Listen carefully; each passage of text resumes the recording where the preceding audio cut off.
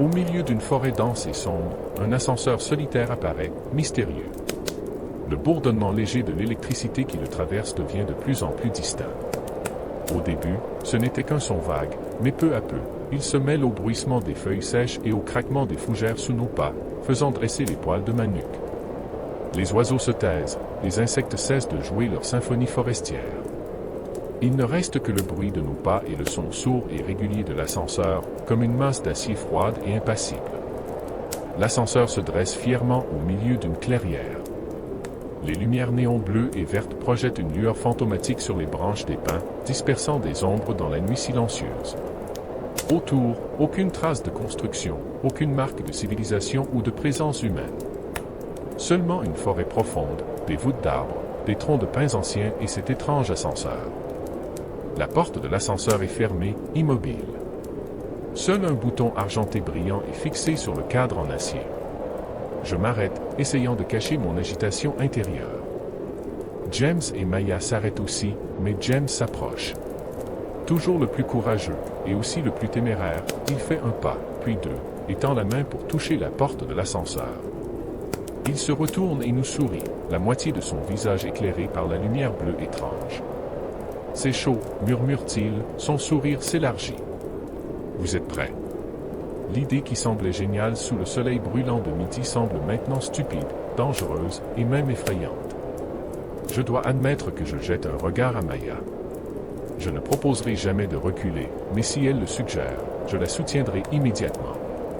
Je souhaite secrètement qu'elle dise quelque chose, mais elle reste silencieuse, se balançant simplement d'un pied sur l'autre. James interprète notre silence comme un accord. Il se retourne vers l'ascenseur et appuie sur le bouton. Pendant un instant, rien ne se passe. Je réalise que je retiens mon souffle, tendant l'oreille pour entendre un bourdonnement léger qui se mêle aux vibrations du sol. Sur la porte de l'ascenseur, un écran LED s'allume, affichant TRX, puis rapidement -4, -3, -2, -1 et enfin 0. Avec un léger ding, la porte de l'ascenseur s'ouvre, révélant l'intérieur plutôt standard. Nous voyons nos reflets dans le miroir qui recouvre le mur du fond. Derrière nous, la forêt s'étend à perte de vue. James frappe dans ses mains, brisant la tension. Alors, mesdames, en route. Descendons. Maya murmure, je ne suis pas sûr de ça. Cette chose pourrait nous emmener n'importe où. James soupire, ne fais pas ta timide maintenant, ça va, on sera toujours ensemble. On va juste descendre faire un tour, prendre quelques photos, peut-être même filmer une vidéo pour YouTube. Maya ne répond pas. James se tourne vers moi. Indy, tu dis quelque chose? Je suis d'accord avec James, bien sûr. Mais nous devons absolument rester ensemble. Si Maya veut rester, je ne la laisserai pas seule. James roule des yeux. Ouais, bon. Il appuie à nouveau sur le bouton pour empêcher la porte de l'ascenseur de se fermer, attendant que nous entrions. Mais voyant que nous ne bougeons toujours pas, il entre seul, se retourne pour nous faire face et croise les bras. « Dépêchez-vous » nous crie-t-il. Je monte, le bruit des feuilles sèches s'écraser sous mes chaussures. James attend un instant, puis sourit simplement. La porte se referme et il disparaît. Je me précipite frénétiquement sur le bouton, essayant de rouvrir la porte, mais il est déjà trop tard. Ce salaud, je marmonne, furieux, levant les yeux vers l'écran LED au-dessus. Les chiffres clignotent, passant de 0 à -1, puis lentement à -2, avant que l'écran ne s'éteigne complètement. Indy, qu'est-ce qu'on fait? Demande Maya. Je fouille dans ma poche pour prendre mon téléphone. J'appelle immédiatement James, mais il refuse l'appel. Mon Dieu, ce petit con. Je cours vers la lumière bleu pâle de l'ascenseur qui éclaire mon visage pendant que je réfléchis intensément. Il est clair qu'il veut que nous le suivions. Alors, attendons qu'il revienne. Sans public, il s'ennuiera. D'accord, acquiesce Maya. C'est une bonne idée. Et ainsi, nous attendons, immobiles dans l'obscurité, vérifiant nos téléphones, envoyant quelques messages. 5 minutes passent, puis 10, 20, puis 30. Maya s'agite. Ça ne va pas, n'est-ce pas? Il ne reviendra pas. Et s'il avait des ennuis? Je mords ma lèvre. Elle a dit ce que je craignais secrètement. On doit descendre, n'est-ce pas? Oui, répond-elle. Merde. Je range mon téléphone dans ma poche et repousse mes cheveux de mon visage. Alors allons-y, mais prépare-toi à ce qu'il nous fasse une blague stupide, comme sauter pour nous faire peur. Je tends la main et appuie sur le bouton. Cette fois, en prenant le temps de réfléchir, je réalise que James avait raison, ce bouton est vraiment chaud. Un bourdonnement se fait entendre en dessous. Je sens une légère vibration et un murmure dans mon corps pendant que j'attends. L'écran LED s'allume à nouveau, les chiffres passent lentement à 0, et avec un ding doux, la porte de l'ascenseur s'ouvre à nouveau. Nous voyons à nouveau nos reflets dans le miroir, avec l'obscurité de la forêt s'étendant à l'infini derrière nous. Allez, on y va, je marmonne, ma voix manquant de conviction. J'entre en premier, Maya me suit, et nous avançons tous les deux dans la cabine de l'ascenseur. James est descendu à quel étage, demande Maya après un moment. Je ne sais pas. Ce n'est pas le premier, c'est soit -2, soit plus bas. Merde, je ne me souviens plus. Essayons -2 d'abord. Mon cœur commence à battre la chamade, mais j'essaie de l'ignorer, tendant la main pour appuyer sur le bouton -2. La porte se referme lentement avec un léger grincement. Pendant un instant, tout est silencieux. Je sens l'anxiété de Maya à côté de moi, et nous sursautons tous les deux lorsque l'ascenseur vibre légèrement et commence à descendre. Un bourdonnement résonne de partout, descendant jusqu'à -1. L'ascenseur accélère clairement, mais nous ne descendons pas aussi vite que je le pensais. Jusqu'où va cet endroit? Je regarde autour de moi. À l'intérieur de l'ascenseur, il n'y a pas grand-chose à remarquer, un miroir, des murs et des portes en chrome brillant, un panneau de boutons et un petit compartiment à côté. Je me penche pour lire l'étiquette, ne pas ouvrir ou démarrer avant l'arrêt complet. Risque d'incendie. Charge maximale, 2000 livres, 907 kg. L'ascenseur ralentit et s'arrête au niveau -2. Un son sourd résonne lorsqu'il s'arrête complètement. Je retiens mon souffle, attendant que la porte s'ouvre. La porte glisse avec un léger sifflement, et le monde extérieur apparaît. Mes yeux mettent un moment à s'adapter à la lumière faible et fantomatique. Devant nous s'étend un large couloir, s'étendant à perte de vue. Le plafond est haut, encombré de tuyaux massifs, et la lumière vacillante des néons émet un bourdonnement sourd. Les murs blancs-gris, froids et moisis, s'étendent dans l'obscurité. Certaines lumières clignotent ou sont complètement éteintes, rendant l'espace encore plus effrayant. Mon Dieu, murmure Maya. C'est terrifiant. James, je crie, me penchant hors de l'ascenseur pour regarder dans l'obscurité. Pas de réponse. Je soupire, appuyant ma main sur mon menton, puis je sors dans le couloir. Je me retourne pour regarder Maya. Allons le trouver. Maya ne dit rien, mais son visage est pâle lorsqu'elle sort de l'ascenseur et me suit de près. La porte de l'ascenseur émet un léger sifflement et se referme derrière moi. Je sursaute, mais continue à avancer, mon corps tendu, prêt à ce que James saute pour nous faire peur. Honnêtement, j'espère qu'il le fera, pour que nous puissions rire, oublier tout ça et quitter rapidement cet endroit maudit. Mais James reste introuvable. Quel est cet endroit maudit? Demande Maya. C'est un bunker secret ou quelque chose comme ça? Je ne sais pas, réponds-je en regardant les couloirs latéraux qui s'étendent, plongés dans l'obscurité, couverts de bandes d'avertissement scellées. Le long des murs, il y a des caisses en bois anciennes. De nombreuses zones sont barricadées par des portes métalliques qui semblent verrouillées. James, je crie plus fort, essayant de garder ma voix stable. Son nom résonne dans l'obscurité. Alors que je regarde autour de moi, un mouvement en haut me fait sursauter. Je retiens mon souffle, ma gorge se serre alors que je recule. Maya sursaute aussi à ma réaction soudaine. Il y a quelque chose qui bouge près du plafond, de la taille d'un chat, collé au mur près d'un tuyau. Qu'est-ce que c'est que ça? Je murmure, mon cœur battant la chamade. Maya s'approche de moi, allume la lampe torche de son téléphone et éclaire la chose. La lumière révèle une masse tremblante, gris-bleu avec des taches noires, ressemblant à un champignon ou à une grappe de champignons géants. Je la regarde trembler pendant quelques secondes avant qu'elle ne devienne immobile, comme si elle attendait. Je plisse les yeux, me penchant un peu plus près, mais pas trop.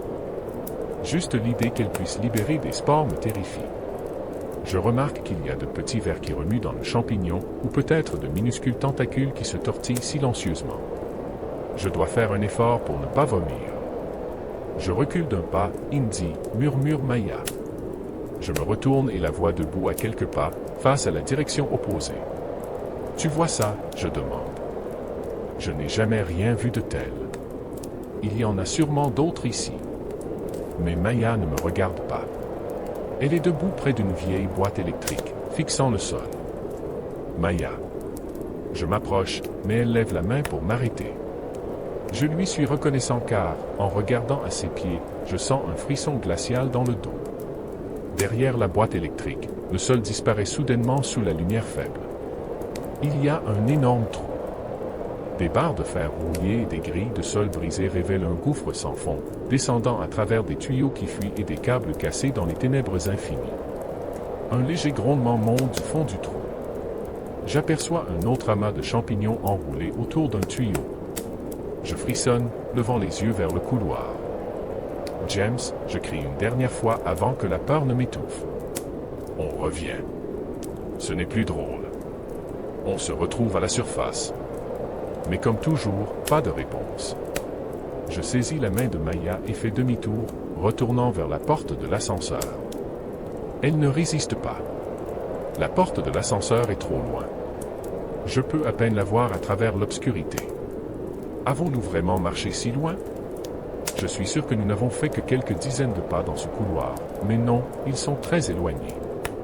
Je marche plus vite, Maya accélère aussi.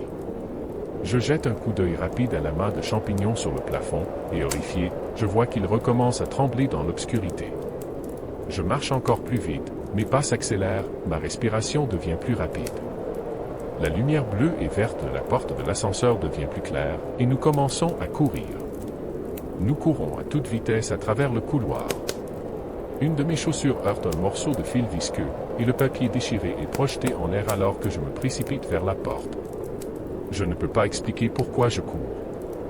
Je sens juste au plus profond de moi que quelque chose ne va vraiment pas, et nous devons sortir. Nous devons nous échapper.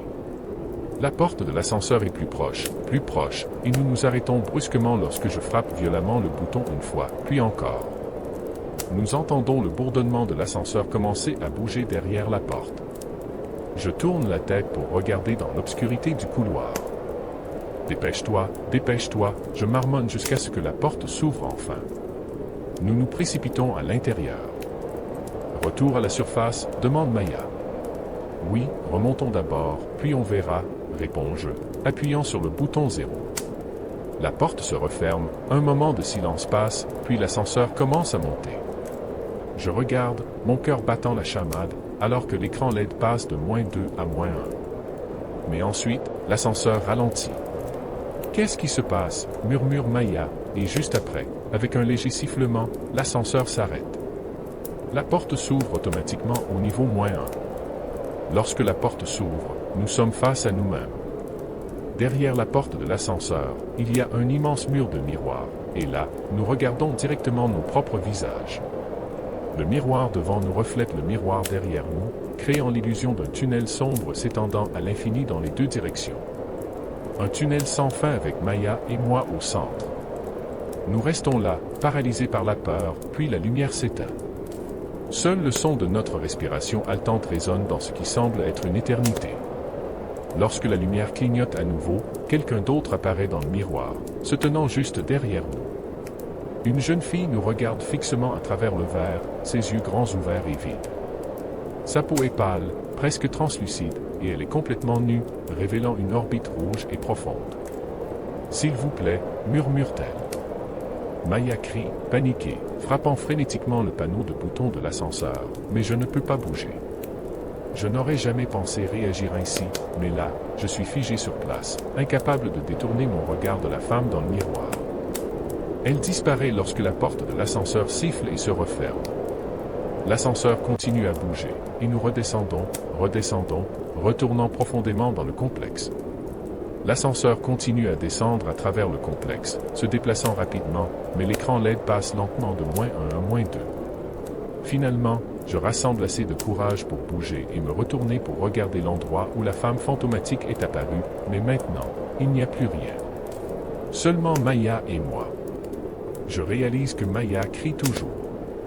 Je regarde rapidement l'écran LED. Nous descendons toujours, -2 clignote et est progressivement remplacé par -3. L'ascenseur ralentit et s'arrête finalement. Un ding retentit, accompagné d'un sifflement, et la porte glisse ouverte. Mon Dieu, une voix résonne dans l'obscurité, faisant sursauter Maya. Elle semble sur le point de s'évanouir. C'est la voix de James. James, je halète, sortant de l'ascenseur avec des jambes tremblantes, à la fois soulagé et en colère. Tu es vraiment stupide. À quoi tu joues? Attends, dit-il soudain, sautant devant moi et posant sa main sur la porte de l'ascenseur pour l'empêcher de se fermer. La porte grince, et James soupire de soulagement. Désolé, dit-il, l'air contrit. Je suis descendu pour vous faire peur, mais le bouton à ce niveau ne fonctionne pas. La porte s'est refermée derrière moi et je ne pouvais pas l'ouvrir. Il rit nerveusement. J'ai vraiment eu peur, sans blague. Je frappe son bras. Et, crie-t-il. Ça fait mal, idiot. Ne fais plus jamais des conneries comme ça. D'accord, mon Dieu, dit Maya. Tu es tellement bruyant. Maya fixe droit devant, tremblant, mais soudain, elle serre James dans ses bras, le surprenant. D'accord, dit-il. On sort d'ici, d'accord? Je ne pense pas qu'on puisse. Je réponds, la porte de l'ascenseur essayant de se refermer à nouveau, mais la main de James la maintient en place. Qu'est-ce que tu veux dire par « on ne peut pas » ? Je veux dire qu'on ne peut pas, dis-je. Il y a quelque chose de vraiment bizarre ici. Je ne sais pas exactement quoi, mais je pense qu'on doit trouver un autre moyen de sortir. Maya et moi avons essayé de retourner à la surface, et puis... Je raconte à James la femme fantomatique, la femme à la peau et à la chair nue autour des yeux, qui est apparue dans le miroir au niveau -1, et comment l'ascenseur refuse de nous remonter. James rit nerveusement. Qu'est-ce que c'est que ce bordel? Il regarde Maya et voit la vérité dans ses yeux. Elle était là, murmure Maya, juste derrière nous. Alors, qu'est-ce que vous voulez dire? Vous avez vu quelque chose que je n'ai pas vu. Je ne sais pas ce que nous avons vu. Je pense qu'elle était juste dans le miroir, peut-être une illusion, un hologramme intelligent ou quelque chose comme ça, mais elle avait l'air si réelle. Nous l'avons tous les deux vue, et l'ascenseur ne nous ramène pas à la surface. Je regarde mes mains pendant que James réfléchit. Mes doigts tremblent encore. Maya est convaincue que la fille était un vrai fantôme, une âme perdue. Elle commence à parler à James de ses croyances, tandis que je m'éloigne, observant attentivement les environs pour la première fois. Si le niveau -2 était un large couloir ressemblant à un entrepôt abandonné, ce niveau a l'air beaucoup plus high-tech. La lumière ici semble plus fiable, bien que pas beaucoup. Les lumières vert pâle et turquoise émettent une lueur faible, éclairant les bureaux et les grands panneaux de verre autour, créant une lumière étrange, comme une eau scintillante. Il y a des ordinateurs, des chaises de bureau, certaines renversées, des classeurs, et plus loin dans le couloir, quelque chose qui ressemble à une fontaine, bien que l'eau ne coule plus. Les bureaux ont encore des lumières clignotantes orange et jaune pâle. D'accord, dit James après une minute de réflexion. Si vous dites qu'on ne peut pas retourner par l'ascenseur, alors on doit trouver un autre moyen de sortir, non? Oui, réponds-je, et il fait signe que je garde la porte de l'ascenseur. Je le fais pendant qu'il va à un bureau proche, prend 2 chaises et les traîne pour les coincer dans l'ascenseur, empêchant la porte de se fermer. C'est suffisant, je demande, et après une hésitation, il décide de traîner un bureau entier. Il halète sous l'effort. Pour être sûr, dit-il en reprenant son souffle. Mais maintenant, on est tranquille, la porte ne se fermera pas. Nous avançons tous les 3 dans l'obscurité. Alors, je dis. Tu as exploré quelque chose quand tu étais coincé ici? Non, répond James. Je n'ai trouvé aucun escalier ou quoi que ce soit, mais il y a beaucoup de couloirs qui se connectent, comme si tout était interconnecté.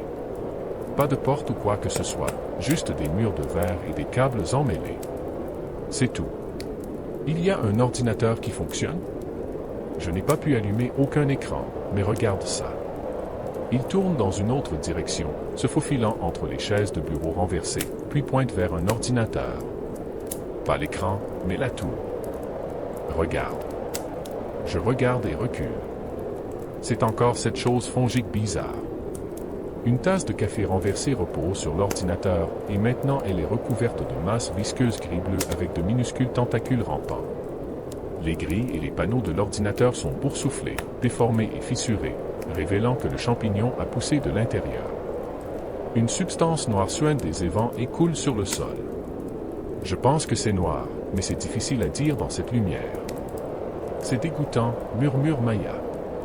Exactement comme le champignon en haut. Ces choses sont dangereuses, dis-je aux deux. Regarde, elles réagissent au son, à nos voix. Elles bougent. En effet, la masse fongique bat plus fort, vibre plus violemment. Allons-y, on ne devrait pas s'en approcher. Elle ne nous fera rien, remarque James, mais après un moment d'hésitation, il suit mon conseil. Nous continuons à avancer. Il pourrait y avoir des spores, dit Maya. James ne répond pas. Nous marchons pendant un bon moment, environ 20 minutes, passant devant des pièces presque identiques avec quelques panneaux de contrôle apparaissant de temps en temps. Nous voyons des écrans éteints, des ordinateurs clignotant silencieusement, des boîtes en verre, certaines intactes, d'autres fissurées ou brisées. Certaines de ces boîtes en verre contiennent des échantillons de champignons. Nous marchons dans l'obscurité, discutant de ce que nous avons vu, principalement le fantôme dans le miroir. Donc, si elle est réelle, dis-je, alors qu'est-ce qu'elle est? Qu'en pensez-vous? C'est un fantôme, affirme Maya avec certitude. Elle était plus qu'une projection. Je l'ai ressenti, sa présence dans l'ascenseur. Froide et malade.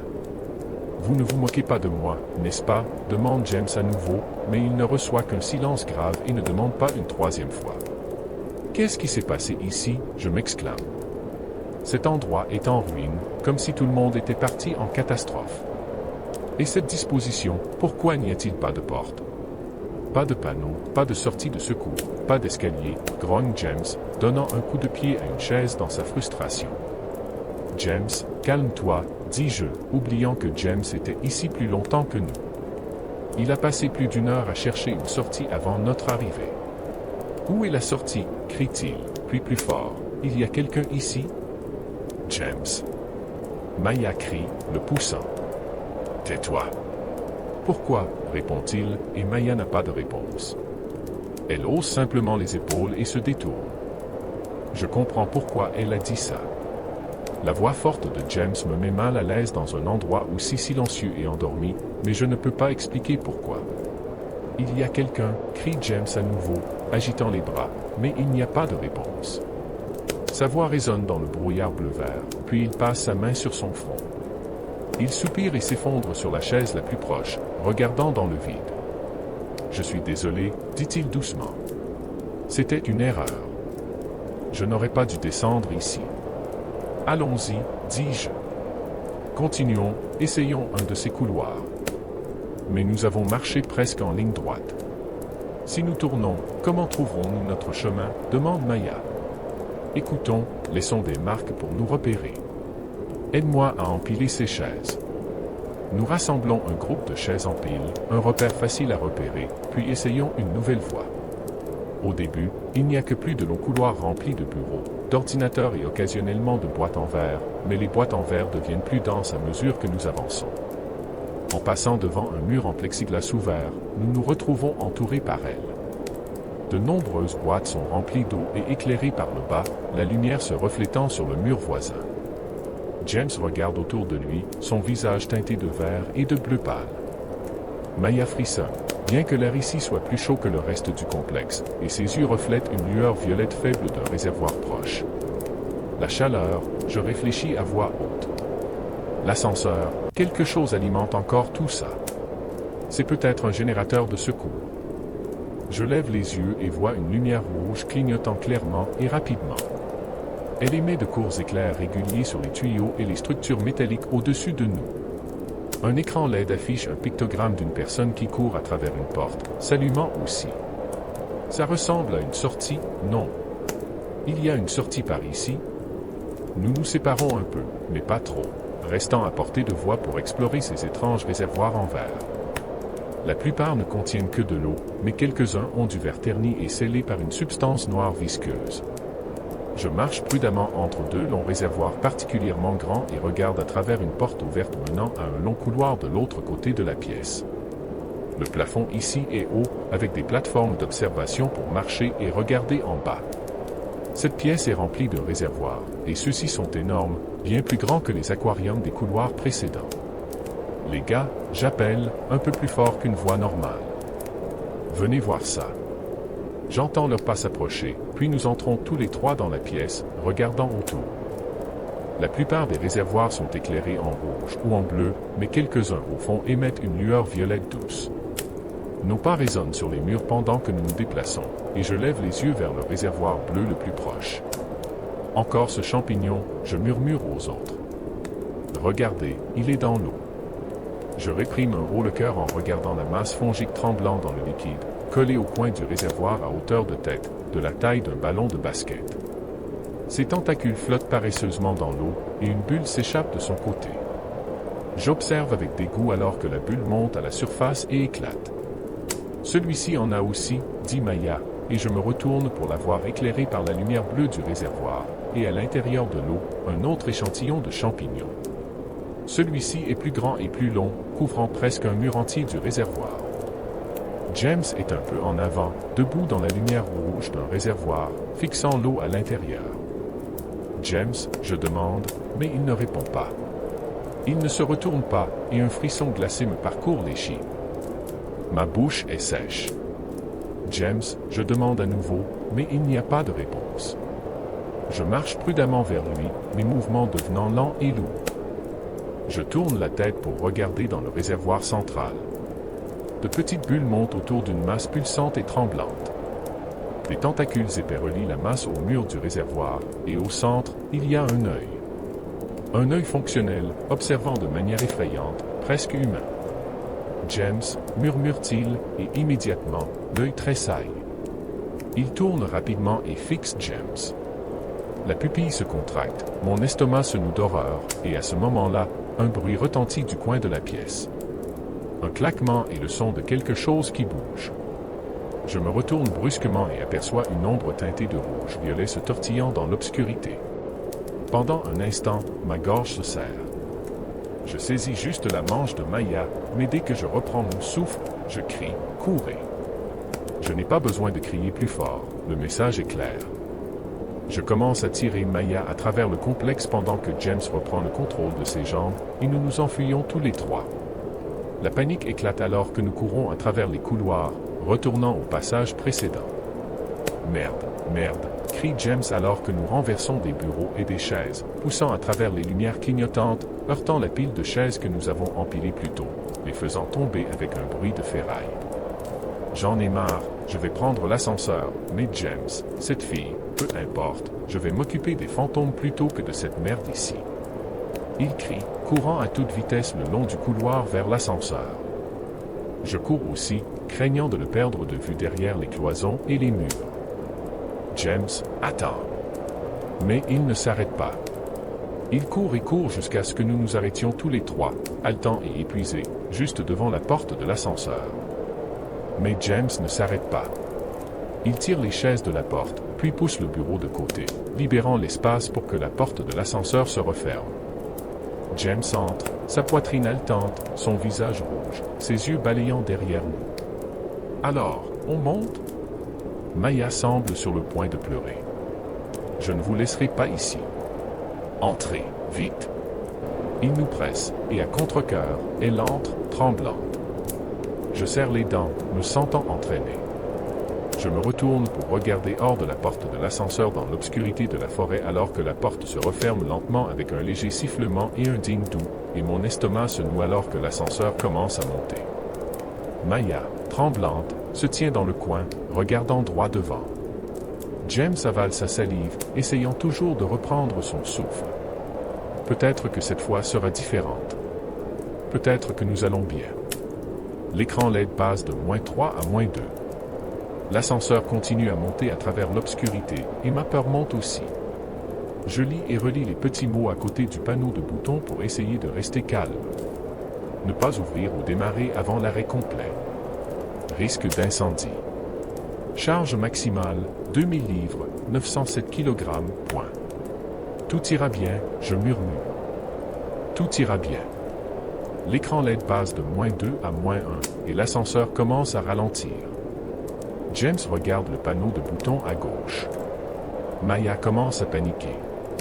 Non, non, non, non. L'ascenseur s'arrête au niveau -1. Mon sang se glace et le temps semble ralentir. La porte de l'ascenseur s'ouvre avec un grincement et nous nous voyons à nouveau dans le miroir. Les couleurs disparaissent des visages de James et du mien. Derrière nous, deux silhouettes apparaissent. La jeune fille de tout à l'heure et un homme plus âgé. Ils nous regardent fixement à travers le verre. Leur corps scintille comme s'ils n'étaient pas tout à fait présents, et leur peau se décolle, révélant des orbites sans paupières, horribles. « S'il vous plaît, pas plus », murmure l'homme, et en un éclair, James frappe violemment le bouton de l'ascenseur. « Allez », crie-t-il. « Remonte à la surface, mon Dieu !» La porte se referme, l'obscurité nous engloutit à nouveau, mais l'ascenseur refuse. Et ainsi, nous redescendons, retournant plus profondément dans le complexe. L'ascenseur tremble en descendant dans l'obscurité, de minces rayons de lumière filent à travers nous alors qu'il traverse le sol. Finalement, il s'arrête au niveau B. La porte de l'ascenseur siffle et s'ouvre. Nous sortons en titubant, tombant dans l'obscurité. Merde, marmonne James, passant sa main sur sa tête puis la lançant dans le vide sombre. Putain de merde. Je réponds doucement alors que Maya étouffe un sanglot derrière nous. Elle essuie ses yeux avec sa manche. Nous restons silencieux un moment, debout là, essayant de comprendre et d'observer les environs. Nous semblons être dans une sorte de rôle de transition, une zone de passage sans caractéristiques particulières. Il y a un distributeur d'eau, quelques chaises et même un distributeur automatique, mais il ne reste plus grand-chose à l'intérieur. En regardant de plus près, je remarque que sa porte a été arrachée de ses charnières, semblant ne nécessiter qu'une légère traction pour s'ouvrir. Un couloir mène devant, puis tourne à un angle. L'air ici est plus chaud, plus humide. Alors, vous ne plaisantiez vraiment pas à propos de ce fantôme, dit finalement James. Non, réponds-je. Bien sûr que non. Alors nous devons vraiment trouver une autre sortie. Nous n'avons pas le choix, allons-y, dis-je aux deux. Vous êtes prêts? Prêt, répond James. Il tend la main et prend celle de Maya, un geste qu'elle semble apprécier. Allons-y. Nous traversons la petite pièce et tournons au coin du couloir. Je ne sais pas à quoi je m'attendais au niveau B, mais ce n'est certainement pas ce que je vois maintenant. Le couloir s'ouvre sur une grande salle. À droite, une série de bureaux, des salles de classe vides et des tableaux blancs accrochés au mur de verre. Il n'y a pas beaucoup d'ordinateurs ici, les rares écrans sont intégrés dans les murs et placés plus haut que le sol. Le sol entier est carrelé. Devant et à gauche des bureaux, il y a un énorme réservoir d'eau, semblable à celui de l'étage supérieur. Celui-ci est également éclairé par une lumière verte étrange. Le long du bord du réservoir, des machines sont fixées. Je ne sais pas ce qu'elles sont, mais l'une ressemble à un générateur de vagues. Je m'approche du bord de l'eau, où l'eau scintille doucement près du bord. Ce réservoir est assez profond, difficile à dire exactement à cause de la distorsion de la vue et de l'eau trouble, mais les murs du réservoir s'incurvent en forme de U et descendent profondément dans l'obscurité. Il y a de petits tunnels latéraux dans les parois du réservoir, et je vois un autre réservoir plus loin, à moitié caché derrière un escalier en colimaçon en métal. Ces escaliers mènent à une série de plateformes d'observation reliées entre elles au-dessus de nous. C'est la première fois que je vois des portes réelles ici. Il y a beaucoup de portes le long des murs, menant à des pièces mystérieuses et à des passages étranges.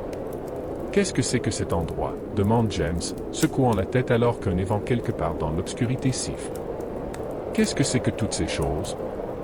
Nous ne devrions pas être ici, dit Maya. C'est la seule chose dont je suis sûr. Un ancien laboratoire de recherche, mais c'est trop grand. Tu penses qu'on aurait dû en entendre parler, ou que quelqu'un saurait? Je m'arrête, réfléchissant. Abandonné, dit James. Quelque chose s'est passé ici, et ils sont tous partis aussi vite que possible, si vite qu'ils n'ont même pas éteint les lumières ou fini leur café. Peut-être qu'ils ont été attaqués par des fantômes. Attaqué par des fantômes, je répète, ajustant mon pull dans l'air humide, puis décidant de l'enlever et de le nouer autour de ma taille. Ça n'a aucun sens. De toute façon, ils ne nous ont pas attaqués, dit Maya. Ils sont juste apparus dans l'ascenseur, nulle part ailleurs. James se frotte le visage. Allez, continuons. Nous devons sortir. Nous continuons à marcher le long du bord du réservoir d'eau, la lumière verte scintillant sur la surface. Mon Dieu, je murmure, levant les yeux vers les coins de la pièce, regardant les bords des murs, les tuyaux, où je pensais initialement qu'il n'y avait que de l'obscurité. Les gars, cet endroit est plein de champignons. Regardez, ils sont partout. Et en effet, des amas denses de champignons bossent et s'étendent dans tous les coins les plus bas du complexe. Ce n'est peut-être que mon imagination, mais l'air ici semble beaucoup plus lourd. Couvrez-vous la bouche, je leur dis, au cas où il y aurait des spores. Maya sort un masque de son sac à dos et le met. James et moi devons nous contenter de tirer nos bulles sur notre nez et notre bouche. Nous marchons donc, trois âmes errantes, à travers l'humidité et l'obscurité de ce cauchemar souterrain. Nous devrions monter sur les plateformes d'observation là-haut, dis-je après un moment, pointant vers l'escalier. De là, nous pourrions voir où aller. D'accord, répond James, et nous commençons à monter. Le bruit de nos pas résonne, les cliquetis métalliques.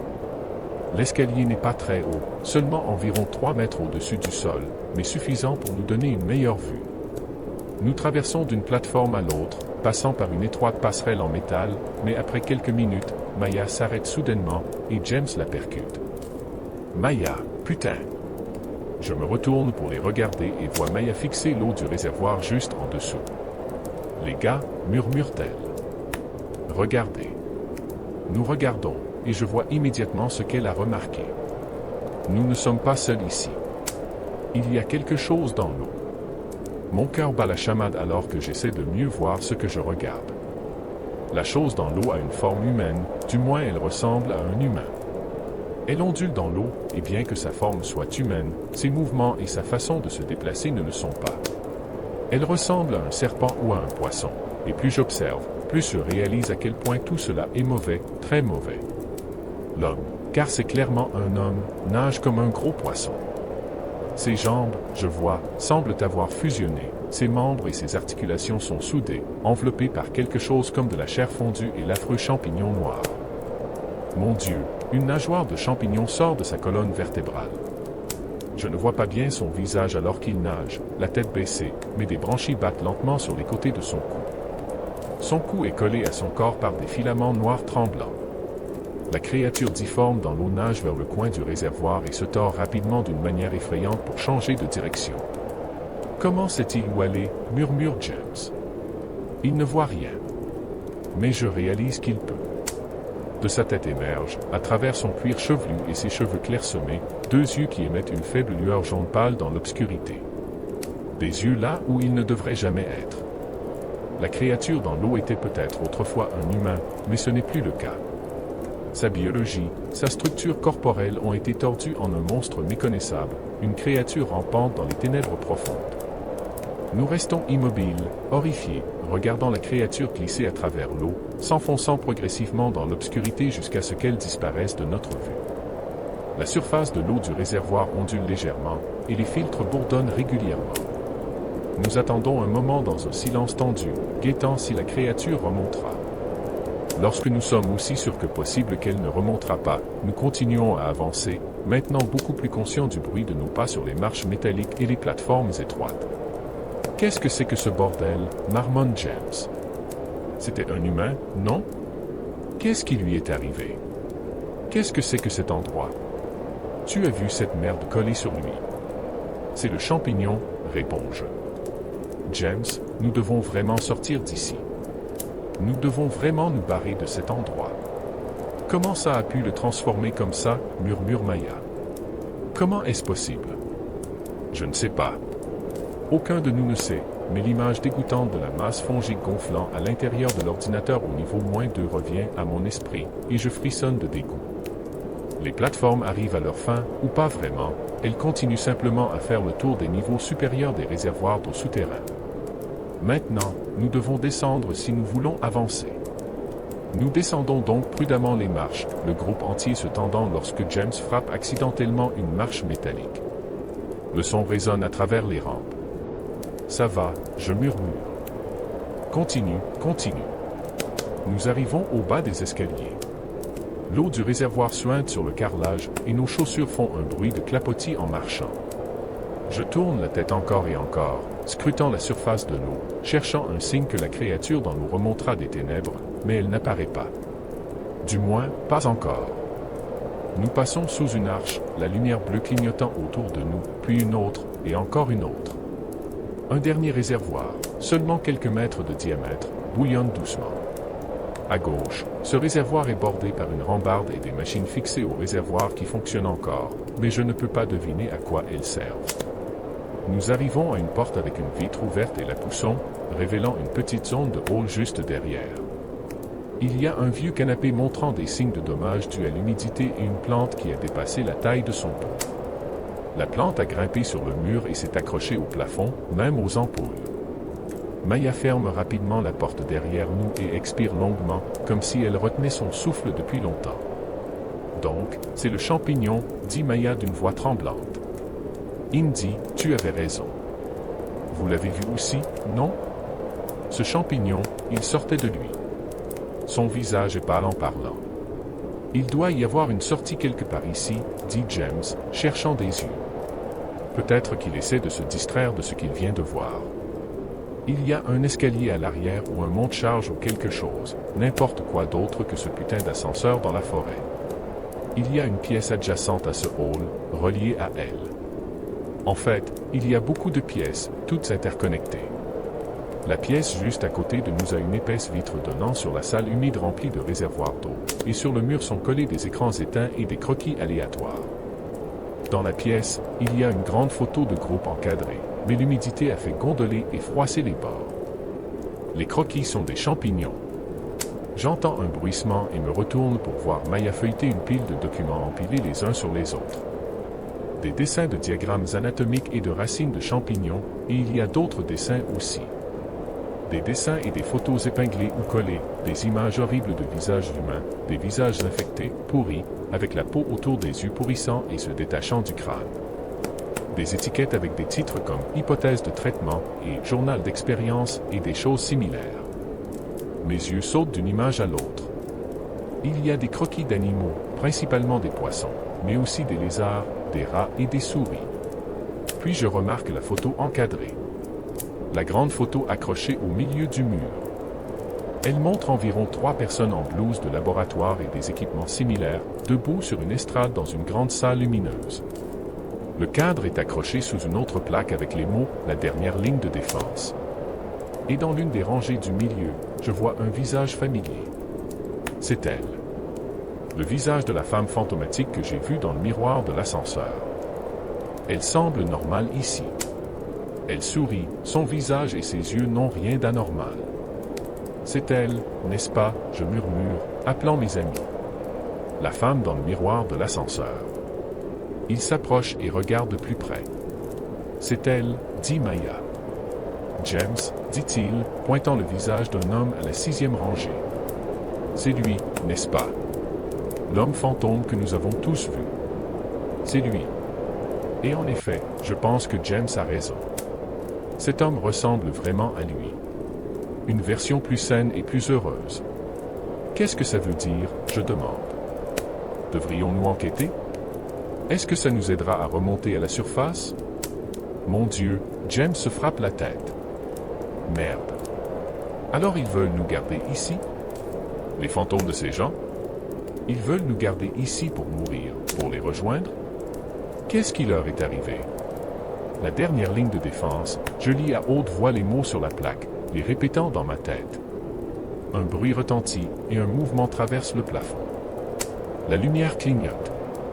Je regarde à travers la vitre vers la salle des réservoirs d'eau sombre. Je le vois à nouveau. La créature poisson, une ombre ondulant près de la surface de l'eau. Ses yeux émettent une faible lueur jaune pâle dans l'obscurité. Des ondulations s'étendent sur la surface de l'eau alors que la créature nage. Sans un mot de plus, James traverse les pièces, Maya et moi suivons, jetant un dernier regard en arrière. Nous continuons à traverser, passant devant des tableaux blancs couverts de gris bouilli, des dessins de créatures étranges. Autour, des étiquettes et des avertissements. Réagis au son, commence par les yeux, copie et colle ses caractéristiques, modifie et adapte pour s'adapter à la structure de l'autre précédent, reproduit entièrement sinon contrôlé. Ils nous ont enfermés. Nous ne pouvons pas sortir. Mon cœur bat la chamade à travers chaque pièce. La lumière semble diminuer encore. Parfois la lumière bleue d'un appareil clignotant est tout ce qui éclaire notre chemin alors que nous essayons de nous éloigner de la zone des réservoirs d'eau. Mais cela ne semble pas nous éloigner davantage. L'humidité, la chaleur et la vapeur dans l'air ne font qu'augmenter. Indy, murmure Maya à côté de moi. Je n'aime pas ça. Je ne pense pas que ce soit le bon chemin. James, j'appelle plus fort. James, ça ne sert à rien. James a le visage collé à une vitre sombre. Encore un réservoir, marmonne-t-il. Celui-ci est encore plus grand. Je ne peux plus supporter ça. Une couche de sueur brillante de bleu sur son front dans la lumière clignotante, et il l'essuie. Un autre claquement du plafond, puis le son de quelque chose qui gratte dans l'obscurité. Allez, je crie, essayant de calmer alors que la peur monte dans le groupe. Nous allons bien. Nous avons essayé d'économiser la batterie de nos téléphones, mais James allume sa lampe torche. La lumière éclaire le sol, révélant une série de croquis comme les autres épinglés au mur, maintenant tombés et enroulés de manière désordonnée. Il y a des dessins de personnes, des dessins de poissons, et un dessin d'une autre créature, une araignée soigneusement annotée. Alors que les grattements se mêlent à un sifflement humide et doux, James éclaire le plafond avec sa lampe torche, et les grattements se mêlent à un sifflement humide et doux. James éclaire le plafond avec sa lampe torche, et la lumière révèle une créature difforme rampant vers nous dans l'obscurité. L'horreur nous envahit. La créature est une combinaison grotesque de deux corps humains collés ensemble, fusionnés et liés par l'affreux champignon. Les corps brisés et tordus prennent la forme d'une araignée géante, les 8 pattes de l'araignée étant les bras et les jambes déformées des deux personnes, un homme et une femme. Et la femme, je ne peux pas m'empêcher de la reconnaître. C'est la jeune fille de l'ascenseur. C'est elle de la photo. Le premier fantôme. L'araignée à 2 crocs, chacun sortant de la bouche de l'un des 2 cadavres. La bave dégouline sur le sol, et les yeux jaunes pâles brillent partout sur la tête et le cou des corps qu'elle utilise comme hôte. Le chaos éclate dans les cris. Je vois Maya tirer le tiroir du haut d'un classeur métallique à proximité. L'action fait sursauter l'araignée, et avec une vitesse effrayante, elle traverse le plafond jusqu'au côté opposé de la pièce, mais nous garde dans son champ de vision. Maya utilise toute sa force pour lancer le tiroir dans la vitre, créant une fissure au milieu avec un grand claquement. Il reste encore 2 tiroirs. James attrape le deuxième, faisant tomber des papiers partout sur le sol alors que l'araignée commence à descendre, se rapprochant progressivement de nous. James lance violemment le tiroir sur sa tête, un bruit humide retentit, et l'araignée siffle et recule. Le dernier tiroir, je le prends moi-même, l'utilisant comme un levier pour frapper la vitre déjà fissurée par Maya jusqu'à ce qu'elle se brise complètement. Nous nous faufilons à travers l'ouverture, James se gratte un peu la jambe, et nous nous précipitons dans la salle des réservoirs d'eau, mais dans une autre partie que celle où nous étions auparavant. Là-bas, crie James, et nous voyons une large porte sur le mur, cachée dans un coin. Le groupe se précipite vers elle. Je tourne la tête pour regarder par-dessus mon épaule. Une des pattes de l'araignée émerge prudemment de la vitre brisée. J'aperçois des doigts humains froids et morts, liés ensemble par le champignon, s'accrochant soigneusement au bord de la vitre brisée. Je détourne le regard, regardant dans la direction où je cours. James, pourquoi vas-tu par ici? Je crie. Cette porte est beaucoup plus large que les autres. Il devait avoir un moyen de faire descendre toutes ces choses ici, répond-il, mais je ne sais pas s'il me parle ou se parle à lui-même alors qu'il guide le groupe dans un couloir bas, rempli de champignons sur les murs. Ignorant les petites portes et les angles étroits, James choisit les grandes arches sans porte. James, marmonne-t-il, le visage rouge d'épuisement et d'air humide. Il nous guide dans le couloir le plus large jusqu'à présent. Il n'y a plus de carrelage, seulement du béton froid et sans vie. Autour, il y a des caisses en bois, certaines petites, d'autres beaucoup plus grandes. « S'il te plaît, murmure-t-il. S'il te plaît, s'il te plaît. » Et nous continuons à courir le long du couloir dans l'obscurité, suivant la lumière bleue clignotante faible devant nous. Là, crie-t-il, la joie éclatant dans sa voix, dominant la peur. C'est ça. J'avais raison. Il allait en s'arrêtant, glissant à cause de la précipitation. Je suis toujours celui qui va jusqu'au bout. Nous nous arrêtons en titubant à côté de ce que nous avons cherché, ou du moins de quelque chose. Un espoir brûle en moi. C'est un ascenseur. Un deuxième ascenseur. La porte de cet ascenseur est beaucoup plus large que la précédente. James appuie frénétiquement sur le bouton alors que nous l'examinons de plus près. Un bourdonnement et un mouvement retentissent d'en bas. Nous n'avons pas d'écran LED au-dessus pour indiquer à quel niveau se trouve l'ascenseur, alors nous attendons simplement avec anxiété jusqu'à ce qu'un sifflement familier retentisse et que la porte de l'ascenseur s'ouvre lentement. L'intérieur est beaucoup plus grand que notre ascenseur, et il n'y a pas de miroir sur les murs. Nous nous précipitons à l'intérieur et regardons le panneau de boutons. « Attends, dis-je. Cet ascenseur ne monte pas. Il ne descend que. » En effet, il n'y a que deux options, un bouton pour le niveau B où nous sommes, et un autre marqué X. Je regarde les deux autres. « Alors, X, dis-je doucement, et il hoche la tête avec un air grave. L'excitation qui venait de naître s'éteint rapidement. J'appuie sur le bouton, et la porte se referme lentement. Un autre niveau vers le bas, mais c'est une bonne chose, non? C'est un progrès. Nous avons confirmé l'existence d'autres ascenseurs. Il doit y avoir une sortie. Il doit y en avoir. Nos estomacs se tordent alors que l'ascenseur accélère vers le bas. Personne ne dit rien pendant qu'il descend, et lorsque la porte s'ouvre, un long couloir sombre et humide s'étend devant nous, semblable au niveau supérieur. Des champignons noirs rampent sur les murs. Nous couvrons notre bouche et notre nez et entrons dans l'espace effrayant du complexe. Juste en face, il y a une grande porte similaire à la porte de l'ascenseur. Une porte métallique massive, verrouillée. James vérifie partout, cherchant un bouton ou un moyen de l'ouvrir. Un indice ou un clavier de code, mais il ne trouve rien. Maya et moi marchons le long du couloir. Il se rétrécit rapidement. Dans une direction, le couloir est submergé par une forêt de champignons.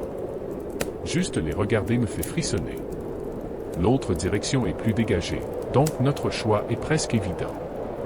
James, après avoir échoué à ouvrir la porte métallique, nous suit. Ce nouveau couloir est bordé de tuyaux et de vannes, et est juste assez large pour que deux personnes marchent côte à côte. Le couloir serpente, s'étendant parfois en section droite, mais il n'y a pas de porte, pas de tournant ou de chemin alternatif, et finalement, nous revenons à notre point de départ. La tension monte, puis James jure de colère, donnant un coup de pied dans le mur. Maya s'effondre, s'appuyant contre le mur. Après tout cela, nous revenons à l'ascenseur d'origine. La porte du niveau X nous attend, nous défiant. Maya commence à pleurer silencieusement, choquée et épuisée. Je tourne à droite. Il y a un passage là, menant à une salle lugubre éclairée en rouge. Je traverse. Pourquoi pas? Que vais-je trouver ici? Il n'y a pas de sortie, crie James dans le désespoir. Il n'y a pas de sortie. Quelqu'un, s'il vous plaît, comment sortons-nous? Le bruit de mes pas résonne sur le sol en grille métallique, semblable aux plateformes des niveaux supérieurs, mais semble un peu plus épais. Je me précipite rapidement vers la rambarde, pose mes mains sur la barre et regarde devant. En dessous, il y a un gouffre sans fond. La vapeur tourbillonne autour de nous. Les évents crachent des nuages de vapeur sombre, et je me sens déjà transpirer plus que dans les niveaux précédents. Je regarde à gauche et vois la rambarde et le sol métallique s'étendant dans l'obscurité et la vapeur épaisse. À droite, l'espace s'ouvre un peu plus. Des blocs de polystyrène empilés haut, accompagnés de cartons maintenant pourris. Un tas de déchets et de ferraille se trouve au milieu du désordre. Parmi le chaos, une série de générateurs bourdonnent et grondent. L'un d'eux a été délogé de sa position, penché à un angle étrange, tandis que les autres sont encore fixés. Ce doit être la source d'énergie qui maintient tout le complexe en fonctionnement.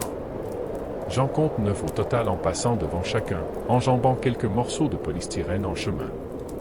2 semblent complètement éteints, mais les 7 autres, y compris celui qui est penché, brillent encore et tremblent. Des machines anciennes mais puissantes, fonctionnant encore longtemps après que ceux qui les contrôlaient soient partis. Je regarde à nouveau à travers la rambarde dans le gouffre sans fond. En plissant les yeux, je peux presque voir d'autres plateformes sombres et presque invisibles, profondément en dessous, couvertes de formes sombres. Une sensation d'inquiétude m'envahit, et je recule rapidement de la rambarde, me sentant nauséeux. Je retourne à l'entrée et vois James et Maya debout à côté. La lumière rouge des générateurs clignotants éclaire leur visage, mais ils ne regardent pas en bas, ils regardent en haut. Je fais de même. Au-dessus de nous, collée à la grille métallique du plafond, il y a une énorme masse de champignons, gonflée et battant fort. Elle est bien plus grande que tout ce que nous avons vu auparavant. Des vrilles semblables à des tentacules relient la masse de champignons au plafond métallique, s'étendant comme un système nerveux complexe. Une substance visqueuse suinte de ses côtés. La masse de champignons est couverte d'yeux. Ils regardent dans des directions différentes, mais clairement nous observent. Certains regardent James, certains regardent Maya, et certains regardent directement moi. Ils ne clignent pas, ils regardent juste, nous regardent dans l'obscurité. Je ne me sens plus effrayé. Peut-être que j'ai épuisé toute ma peur. Je pense aux fantômes, à la jeune fille, à la photo que j'ai vue d'elle souriant avec ses collègues, à son cadavre pourri suspendu et transformé en l'araignée fongique dégoûtante. Je pense aux fantômes de l'homme aussi. Maintenant, je me demande si c'était lui, la créature poisson ondulant dans l'eau. S'il vous plaît, avait-il dit. S'il vous plaît. Et comme un éclair qui traverse mon esprit, je décide d'une action. Je me détourne de la masse de champignons monstrueuse, le centre de cette ruine, la masse de champignons pourris. Je cours à travers les plateformes métalliques, à travers la vapeur, retournant à l'ascenseur, arrachant un tuyau cassé du mur en chemin. Indy, qu'est-ce que tu fais? Demande James, mais je l'ignore et passe devant lui, appuyant sur le bouton d'appel de l'ascenseur. Mon cœur bat la chamade, mais cette fois, je me sens plus à l'aise que jamais dans ce cauchemar. L'ascenseur bourdonne et bouge. La porte reste immobile, puis avec un léger bourdonnement, elle s'ouvre. Je cherche le panneau de contrôle près du bouton, où il est écrit « Ne pas ouvrir ou démarrer avant l'arrêt complet ». Risque d'incendie. Charge maximale, 2000 livres, 907 kg, point. Et je frappe dessus avec le tuyau dans ma main. Le premier coup fait cabosser le panneau de contrôle, des étincelles jaillissent des fissures. Indy, crie Maya, mais elle ne m'arrête pas. Je frappe à nouveau le panneau de contrôle, et il se fissure davantage, se cabossant encore plus. Des étincelles jaillissent plus nombreuses, plus brillantes. Maya, prends des trucs là-bas, je crie, et elle prend du polystyrène. Elle le fait immédiatement. Elle sait ce que j'essaie de faire, même si je ne suis pas sûr que James comprenne. Je continue à frapper le panneau de contrôle, arrachant les fils exposés, frappant de toutes mes forces. J'appuie sur le bouton de l'ascenseur, et la porte essaie de se refermer, mais je ne la laisse pas faire. Je continue à garder la porte ouverte tout en continuant à attaquer. Maya revient avec du carton sec et du polystyrène, et je jette tout dans le panneau de contrôle ouvert. Brûle, je crie, ma voix un peu folle, et comme si les dieux avaient entendu, les flammes jaillissent. Les petites étincelles crépitent du panneau de contrôle, et je frappe à nouveau. Les flammes s'éteignent, puis jaillissent immédiatement plus fort, plus grandes. « Qu'est-ce que tu fais, bordel? Qu'est-ce que tu fais? » crie James, les deux mains sur la tête. « Nous allons le détruire, James, » réponds-je. « Brûler le champignon. Nous allons mettre fin à ce cauchemar. » Il me regarde, la bouche ouverte, alors que la fumée commence à envahir la cabine de l'ascenseur. Démonte les générateurs, dis-je à James, tout en encourageant les flammes à devenir plus grandes, plus fortes, en ajoutant plus de déchets pour les faire brûler plus fort. Celui-là, dans le coin, essaie de l'arracher du mur. James hésite, semble sur le point de demander quelque chose, mais hoche simplement la tête et part en courant. Maya, garde le feu, continue à le faire brûler, plus grand, plus fort, encore plus, je crie, et elle fait exactement ce que je dis. Je retourne aux plateformes métalliques au niveau X et, avec une rage bouillonnante dans mon sang, je grimpe sur la rambarde la plus basse, me tenant au bord de la plateforme. Je frappe la masse de champignons avec le tuyau encore et encore, visant ce que je pense être son point le plus faible, là où elle semble la plus molle. La substance visqueuse gicle des côtés de la masse de champignons et tous les yeux se tournent vers moi. Ils regardent profondément dans mon âme alors que la masse de champignons tremble violemment en réponse. Les ténèbres commencent à bouger et le feu brûle encore plus fort. Je me déplace d'avant en arrière sur la plateforme, ramassant des morceaux de matériaux enflammés et les enfonçant dans la masse de champignons, les enfonçant directement dans le centre, dans la faille que j'ai creusée avec le tuyau. La masse de champignons se convulse violemment à chaque coup enflammé.